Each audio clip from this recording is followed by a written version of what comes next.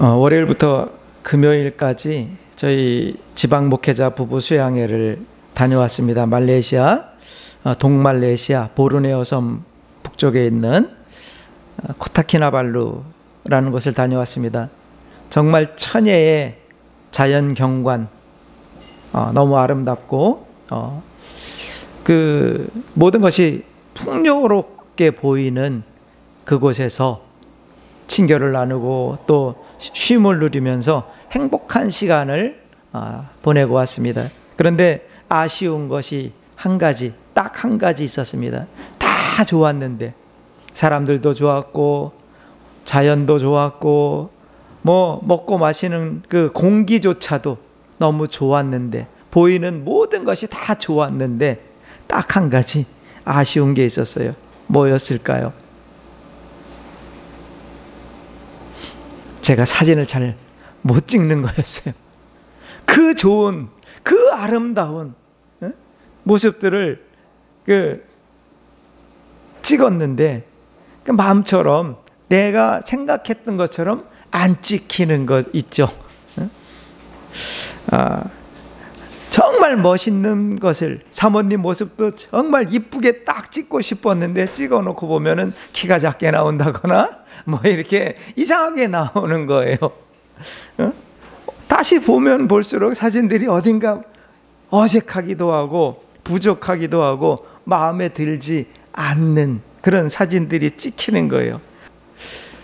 세바스티오 살가두라고 하는 사람이 있어요. 세바스티오 살가두, 이 사람이 브라질 출신인데 망명을 했어요. 프랑스로. 브라질이 정치적으로 혼돈하고 그러다 보니까 프랑스에서 이제 망명해서 살다 보니까 많은 사람들이 이 사람의 이름을 크리스티안 살가도라고 하죠. 이제 프랑스식으로 크리스찬 살가도라고 합니다. 이렇게 생긴 사람이에요. 이분이 찍은 사진들은 어떤 모습이냐면 주로 사람이었어요. 사람의 모습을 주로 찍었어요. 그 삶의 무게에 눌리고 찌들어 있는, 또 그 빵 한 조각을 벌기 위해서 정말 몸이 부서질 것 같은 그런 강도 높은 노동을 해야만 하는 그런 사람들의 모습을 흑백 사진, 아주 절제된 그 감정으로 찍어서 많은 사람들에게 보여준 다큐멘터리 사진 작가예요. 이 사람이 1944년 브라질에서도 빈부격차가 아주 극심했던 그 내륙의 광산 지역 아이모레스라고 하는 곳에서 태어났대요. 그리고는 상파울로 대학교, 미국의 벤더빌트 대학교에서 경제학을 전공해서 석사학위까지 받았고 주 재무국의 공무원으로 근무하면서 경제학자로서 정말 출세한, 잘 나가는 사람이었다고 하죠. 그러다가 1970년에는 세계경제은행에서 발탁이 돼가지고 아프리카 프로젝트의 이 전문가로 파견이 됐다고 그래요.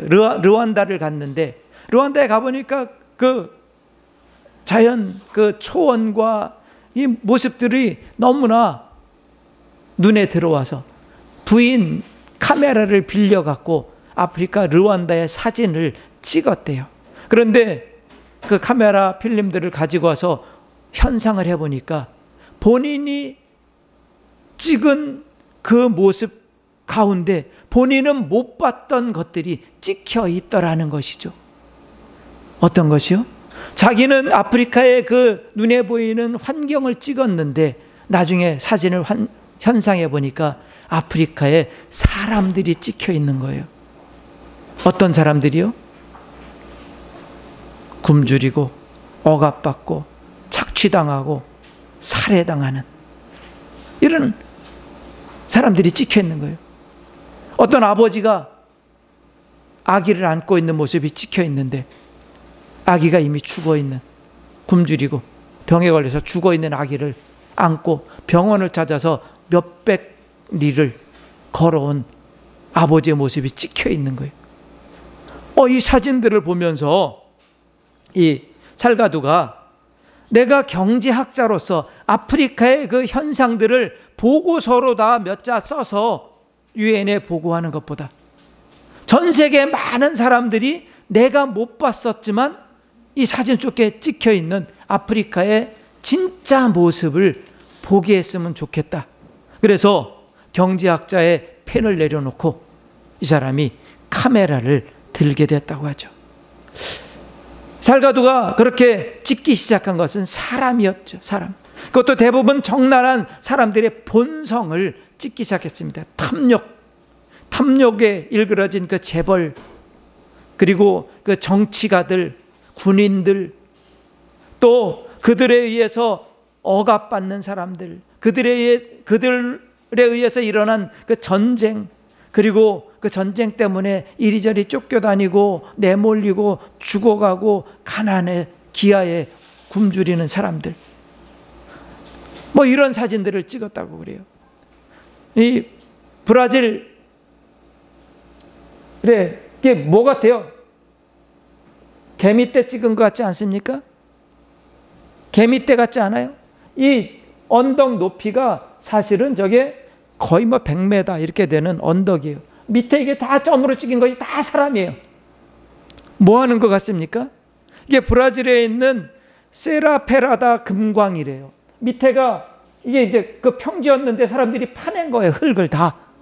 이 흙 속에 금가루가 섞여 있는 거예요. 금가루가. 그래갖고 이 재벌들이 사람들을 동원해갖고 이거 파내는 거예요.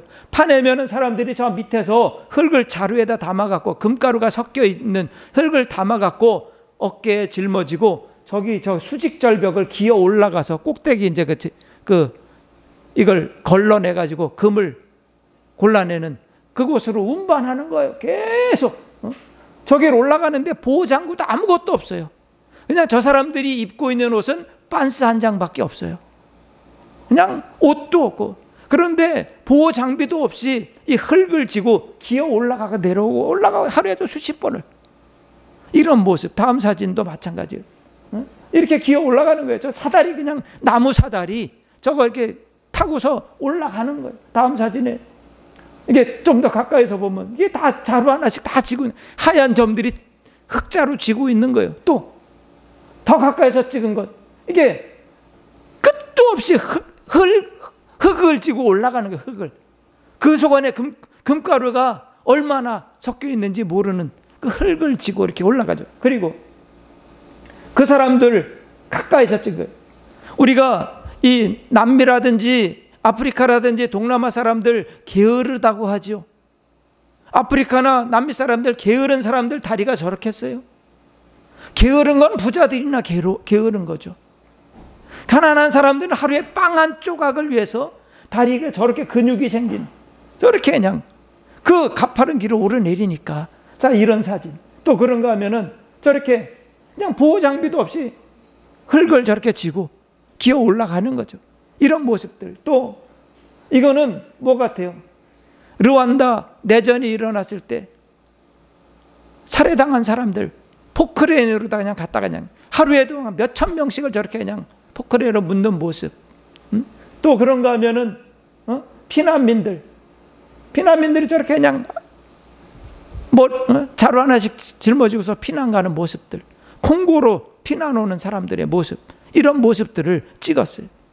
1994년 르완다에서 살가두가 이런 인간의 악함과 잔혹함의 극치를 보게 되죠. 25만 명, 약 25만 명이 르완다에서 콩고로다가 넘어왔는데 그 중에 살아남은 사람들이 불과 3, 4만 명밖에 안 된다고 해요. 다 학살당해서. 하루에도 수천 명씩 학살당하는 그것을 이 살가두가 매일 본 거죠. 매일 그는 수천 명 이상의 죽음을 봐야 했어요. 그는 인간에 대한 신뢰를 잃어버렸어요.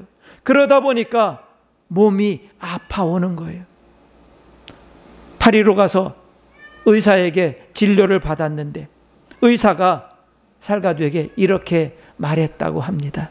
당신은 몸이 아픈 것이 아닙니다. 당신 몸은 너무나 건강합니다. 몸에 전혀 이상이 없어요. 그런데 제가 볼 때 당신이 너무나 많은 죽음을 보았기 때문에, 그 죽음 때문에, 당신이 본 그 죽음에 매여서 당신도 죽어가고 있는 것 같습니다. 그러니 얼른 그곳을 벗어나시오. 그래서 살가두가 카메라를 내려놓고 살기 위해서 고향인 브라질로 돌아가죠. 부모님이 계시는 고향으로 돌아갑니다. 그런데 부모님이 계신데 자기가 어렸을 때 살았던 그 고향 브라질의 모습이 아닌 거예요.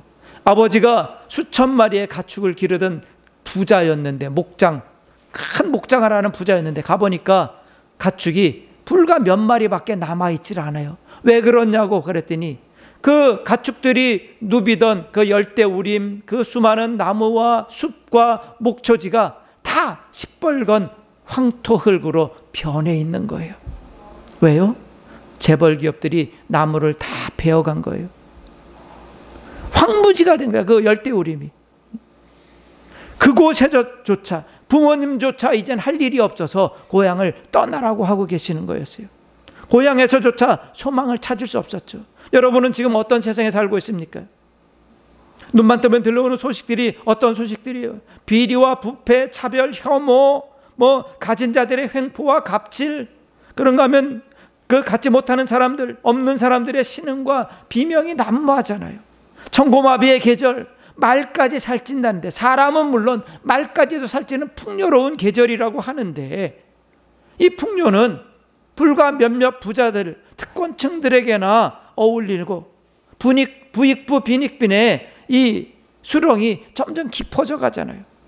교회에서조차 물질과 권세가 숭배되고 있지 않습니까? 무소불위의 권력을 가진 이 검찰은 그 권력을 놓지 않으려고 온갖 수단과 방법을 다 동원해서 사람들을 겁박하고 거짓으로 사람들을 얽어매고, 또 그들과 결탁한 부자, 재벌들, 또 그 권세에 빌붙어서 사람들의 눈과 귀를 현혹하는 그 부패한 언론들이 개혁되지 않으면은 정말 우리나라에 어디서 소망을 찾을 수 있겠어요? 예수님 당시의 사회도 그랬어요. 소망이 없었어요. 로마의 식민 착취로 이스라엘 백성들의 삶이 아주 바닥까지 무너져 있었어요. 로마의 그 막중한 세금 수탈, 노역으로 사람들은 배고픔, 가난으로 신음하고 있었어요. 물론 로마의 앞잡이가 되어서 정말 동족들의 피를 빨아먹으면서 부자가 된 사람들도 있었어요. 로마의 향락, 그 로마의 그 성적인 문란함이 사람들의 정신을 사로잡았는데, 유대교의 율법주의자들은 오히려 백성들을, 그 도탄에 빠진 이스라엘 민족들의 삶을 더 압박하고 또 강팍하게 만들고 있었잖아요. 그렇게 소망이 없는 세상에 예수님께서 복음을 전해주셨어요. 하나님의 나라를 깨닫게 해주셨어요. 우리도 오늘 예수님께서 전해주신 복음, 하나님의 나라를 보면서 소망을 회복할 수 있으면 좋겠습니다. 얼마 전에도 우리는 오늘 우리가 읽었던 이 말씀, 씨 뿌리는 자의 비유를 공부했었습니다. 이 말씀은 우리가 하나님 나라를 이해하는데 아주 기초가 되는 말씀이거든요. 13절을 다시 보면 이렇게 말씀하시죠. 또 이르시되 너희가 이 비유를 알지 못할진데 어떻게 모든 비유를 알겠느냐? 하나님 나라에 대한 비유를 알아듣지도 못하면서 어떻게 다른 비유들을 알 수 있겠느냐 말씀하십니다. 다시 말하면 오늘 씨 뿌리는 자의 비유를 이해하기만 하면은 예수님께서 말씀하신 다른 모든 비유들도 알 수 있게 된다는 말씀이에요. 먼저 씨를 뿌리는 사람의 우리가 주목해서 살펴봤었는데, 오늘은 씨를 뿌리는 것에 대해서 우리가 생각해 보려고 해요. 예수님께서 말씀하신 씨앗이 뭐였죠? 말씀이었어요. 복음이었어요. 복음을 전하는 것이었어요. 지금도 오늘도 수많은 교인들이 전도를 할 겁니다. 그런데 세상 사람들은 이 교인들이 전하는 이 전도에 대해서 할렐루야 하면서 환영합니까? 아니죠. 거부해요. 거부감을 드러내요. 복음, 굿 뉴스, 정말 좋은 소식을 전하는데 왜 사람들이 싫어할까요? 미심쩍기 때문이죠. 왜 복음이 미심쩍을까요? 전하는 사람들이 미심쩍은 거예요. 아무리 좋은 것이라도 전하는 사람이 믿을만해야 진짜 좋아 보이겠죠. 복음은 단순히 말씀을 전하는 게 아니에요. 천국 간다는 말씀, 그냥 천국 간다라고 전하는 게 복음이 아니라는 거죠. 세상을 향해 복음으로 변화된 우리의 모습, 우리의 삶을 보여주는 게 전도가 되어야 돼요.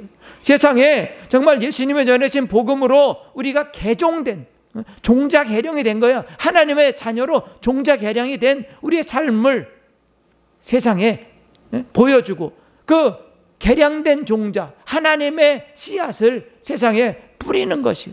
이게 전도요. 예수님의 삶이 그러하셨잖아요. 예수님은 하나님의 뜻을 이 땅에서 이루는 삶을 사셨잖아요. 부정과 거짓으로 만연한 세상에서 정의와 진실을 보여주셨잖아요. 돈과 권세가 가난하고 연약한 자들을 억압하고 착취하던 그 세상에서 예수님은 스스로 낮아지고 섬기시는 그런 삶을 사셨잖아요. 그 예수님께서 자신을 따르는 믿음의 사람들에게 요구하신 게 뭐예요?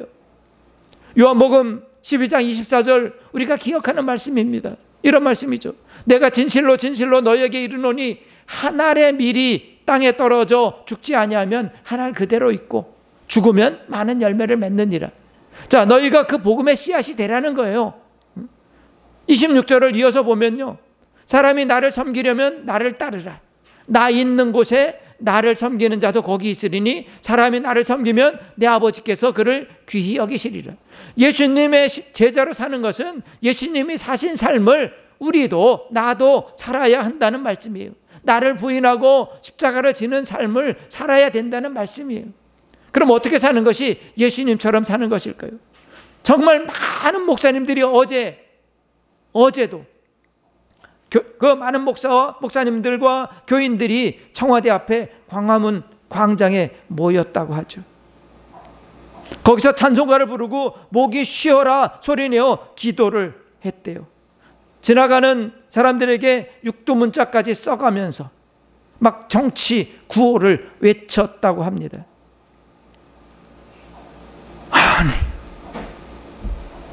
손에는 태극기뿐만 아니라 성조기 이스라엘기까지 들고 흔들면서 역사적으로 명백하게 친일 행위자들로 드러난 사람들, 양민을 학살한 수많은 국민들을 학살한 반란군의 수괴들을 막 칭송하더라는 거예요. 아마도 그들은 그것이 믿음의 행위라고 생각하고 말하겠죠. 그렇다면 그 행위들이 복음이어야 되잖아요. 그렇잖아요. 여러분 생각이 어떻습니까? 그런 것이 복음이고 그런 행위가 씨를 뿌리는 것이겠어요? 예수님의 말씀이 그런 것이에요? 요즘 세상을 미혹하는 가짜뉴스의 대부분이 교회와 교인들의 단톡방을 통해서 유포된다고 하잖아요. 구름대처럼 그 광장에 모여서 찬송가를 부르는 것, 그게 복음 아니에요. 거리가 떠나가라 확성기로 외치는 것, 그게 정의 아니에요. 그 길거리에서 수고하며 주머니 털어 헌금하는 것이 씨를 뿌리는 것 아니에요. 예수님은 교회와 교회 안의 거짓과 가짜들, 말로는 사랑과 화평을 외치면서 차별하고 혐오하고 박해하는 그 기득권 종교를 뒤집어 엎으셨잖아요. 그러면서 가난하고 연약한 사람들, 고아와 과부와 나그네들, 차별받고 억압받던 사람들을 품으시고 고치시고 먹이시고 회복시키셨잖아요. 지금 광장에서 그렇게 외치는 목사님들이나 또 그 교인들의 기준으로 보면 예수님은 요즘으로 하면은 그들이 피켓에 쓴 죽여야 되는 그런 대상 아니겠어요? 그냥 그 종북 좌파 뭐 그런 수준 아니겠어요? 그럼 우리는 어떻게 살아야 돼요? 광장으로 성족이 흔들면서 이스라엘기 흔들면서 나가야 하나요? 예수님처럼 저들의 반대 방향으로 우리가 품고 섬겨야 할까요? 어떻게 해야 될까요? 어떻게 사는 것이 세상을 향해 우리가 복음의 씨앗으로 뿌려지는 삶일까요? 살가두가 고향으로 돌아간 브라질의 그 밀림이 이미 재벌들의 탐욕에 의해서 황무지로 변해 있었습니다. 가축들이 뜯을 풀조차 한 폭이 남아있지 않았어요. 공분을 심을 만한 밭들도 벌거숭이 사막처럼 폐허가 되어 있었어요. 소망마저 잃어버리고 주저앉아 있던 이 살가두에게 아내가 이렇게 말했다고 그래요. 그 열대림이 무성한 천국에서 태어났으니 황폐해진 이곳을 우리가 다시 천국으로 만들자. 살가두의 가족이 그날부터 그 황무지에 나무를 심기 시작했다고 그래요. 1999년부터 열대우림 그 나무들 290여 종의 나무들 200만 그루 이상을 심었대요. 이 가족이 자기네 땅에다 그렇게 심었대요. 물론 첫 해, 둘째 해에는 심은 나무들이 대부분 말라 죽었대요. 하지만 포기하지 않고 계속 나무를 심다 보니까 15년이 지나자 그 심은 나무들 사이에서 8개의 샘물이 자연적으로 솟아나오기 시작했대요.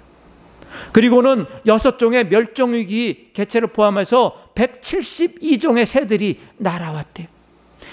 그리고 표범과 품화를 포함한 표유류가 33종, 양서류가 15종이 갖다 놓지도 않았는데 자연적으로 그곳에서 살기 시작했대요. 식물 개체가 293종이나 사는 밀림이 만들어졌대요. 살가두 가족의 개인 땅이었는데 브라질 정부가 그곳을 사서 브라질 국립공원으로 보호하기 시작했대요. 고향을 천국으로 복원하는데 성공한 살가두는 다시 카메라를 들었대요.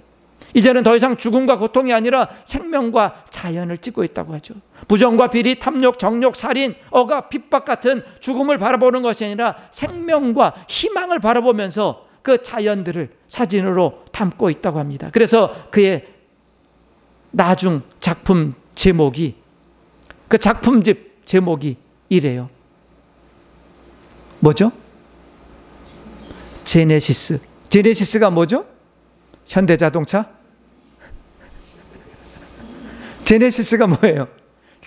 우리 성경책 맨 앞에 나오는 게, 영어 성경 사모님 갖고 계시니까 보세요. 맨 앞에 성경이 뭡니까? 맨 앞에 성경이요. 맨 앞에 성경이 무슨 성경이에요? 예, 창세기예요. 제네시스가 창세기. 살가두가 그렇게 말하고 있어요. 우리가 아무리 인간의 탐욕으로 이 자연, 하나님의 창조 세계를 파괴했어도 아직 지구의 46%는 창세기 모습을 그대로 유지하고 있다. 아직까지 46%는 하나님의 창조 그대로 남아있다는 거예요. 그러니 다시 회복시키자는 거죠. 오늘의 세상 정말 황무지와 같습니다. 자연도 파괴되고 황폐되었지만 사람들의 삶과 그들의 그 심성, 영혼까지도 파괴되어 가고 있습니다. 우리가 마주하고 살아가야 하는 현실은 정말 온갖 부정과 부패, 차별과 혐오, 억압과 핍박, 착취, 탐욕으로 인한 그 삶의 질이나 모든 부나 이런 것들이 편중되어서 갖지 못하고 누리지 못하는 사람들은 정말 숨이 막히고 답답합니다. 사람들은 평화와 화목과 사랑을 얘기하지만 그 평화와 화목과 사랑은 어쩌면은 국어사전에서만 찾아볼 수 있는 그런 단어가 될지도 모릅니다. 그런데 어떻게 이렇게 하나님의 질서와 섭리가 무너진 세상을 어떻게 하나님 나라로 다시 회복시킬 수 있겠어요? 세상적인 권력이나 물질로 가능하겠어요? 국가 권력이 가능하겠습니까? 유엔이 가능하겠습니까? 오직 예수님처럼 살아가는 사람들에 의해서 가능해집니다. 예수님처럼 우리도 하나님의 미랄로 심겨져야 돼요. 오직 성경, 오직 믿음, 오직 예수 그리스도가 우리의 DNA를 채워야 돼요. 그렇게 사랑으로 사람들에게 세상에 우리가 뿌려지고 심겨져야 됩니다. 그래서 사람들의 심장에 그리스도 예수의 싹이 트고 자라서 오늘 말씀처럼 30배 또는 60배 또는 100배의 열매를 맺게 해야 합니다. 그렇게 우리가 세상에 우리의 삶의 모습이 복음으로 심겨지는 삶을 살아서 하나님께서 잘했다, 착하고 충성된 종아, 이제 나와 함께 잔치를 누리며 살자 축복하시는 그 복의 주인공들 되시기를 우리 주 예수님의 이름으로 간절히 축원합니다. 기도하겠습니다. 그렇습니다. 하나님, 세상이 참으로 황폐해져 갑니다. 교회와 교인들조차도 거짓과 가짜들로 넘쳐나고 혐오와 차별과 억압과 핍박하는 것을 당연시합니다. 하나님 아버지의 눈물과 탄식을 보지도 듣지도 못하면서 세상적인 욕심에 구호만 떠들썩합니다. 이제 저희들이라도 하나님의 눈물을 보게 하시며 아버지 하나님의 탄식을 듣게 하셔서 이 땅에 하나님의 나라를 심는 씨앗, 복음의 씨앗으로 심겨지게 하옵소서. 예수님의 마음을 담고 배우게 하시며 심장마다 예수님의 보혈이 흘러 뜨거운 사랑으로 세상에 하나님의 나라를 확장하는 우리의 삶이 복음이 되는 사명을 감당케 하옵소서. 예수님 이름으로 기도합나이다. 아멘.